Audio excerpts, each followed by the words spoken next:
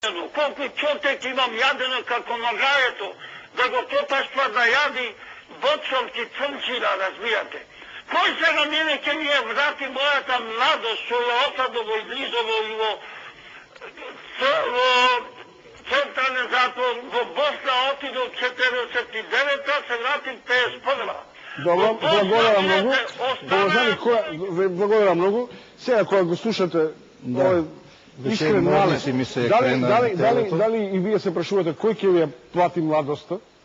Јас не се прашувам многу за тоа, него ние за некои работи веќе сакаме од правен аспект да ги решиме. Ние понудивме предлог закон за некој вид компензација за времето поминато во затвор, но не е целта на материјалната компензација. Тука има многу луѓе веќе кои што се 70 или ево како човекот што рече 85 години стар, но нема 15 години основа работен стаж за да зема старосна пензија.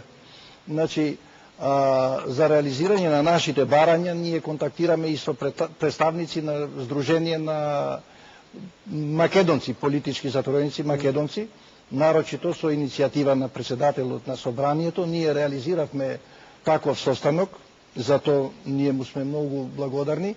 Тој состанок беше многу креативен, ги разменавме предлог законите, двете страни, така да мислам дека на крај може и да излеземе со еден закон, а нашите закони се засновани на законите за обештетување на бивши политички затвореници, со законите на повеќе јужноевропски држави, нарочито многу прогресивен е хрватскиот, каде што двојно се надокнадува стажот, двојно се надокнадува материјално поминатото време во затвор, споредено со тогашната плата. Во Албанија има еден многу позитивен закон за надокнада на политички затвореници. Нема прав закон за лустрација, имаше, па дојде од социјалистите, бившите комунисти на власт, пропадна све. Таму има едно позитивно решение. Политичките затвореници се поделија на 3 категории: стреляни, на кои што за време трајање од 8 години им се плаќа по $80 дневно. Потоа политички затвореници на кои дневница им се плаќа по $50 и нивни наследници.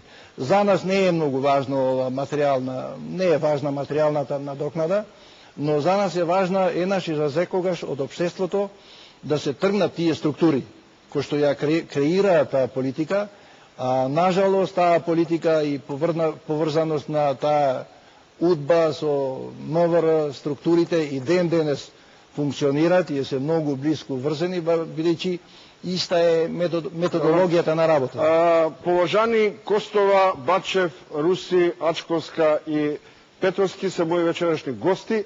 Оние што гледачи што сакаат да се јават понатаму нека бидат трпеливи. Поважани го отвори прашањето на некакви искуства, како што велите во јужноевропските држави. Какви се искуствата на лустрацијата во земјите кои беа далеку за демократските процеси во Македонија, стигнаа во Европска унија, ги изведува процесите на внатрешната кохерентност и демократизација, низ приказот на моите соработници, а потоа се враќам во студиото.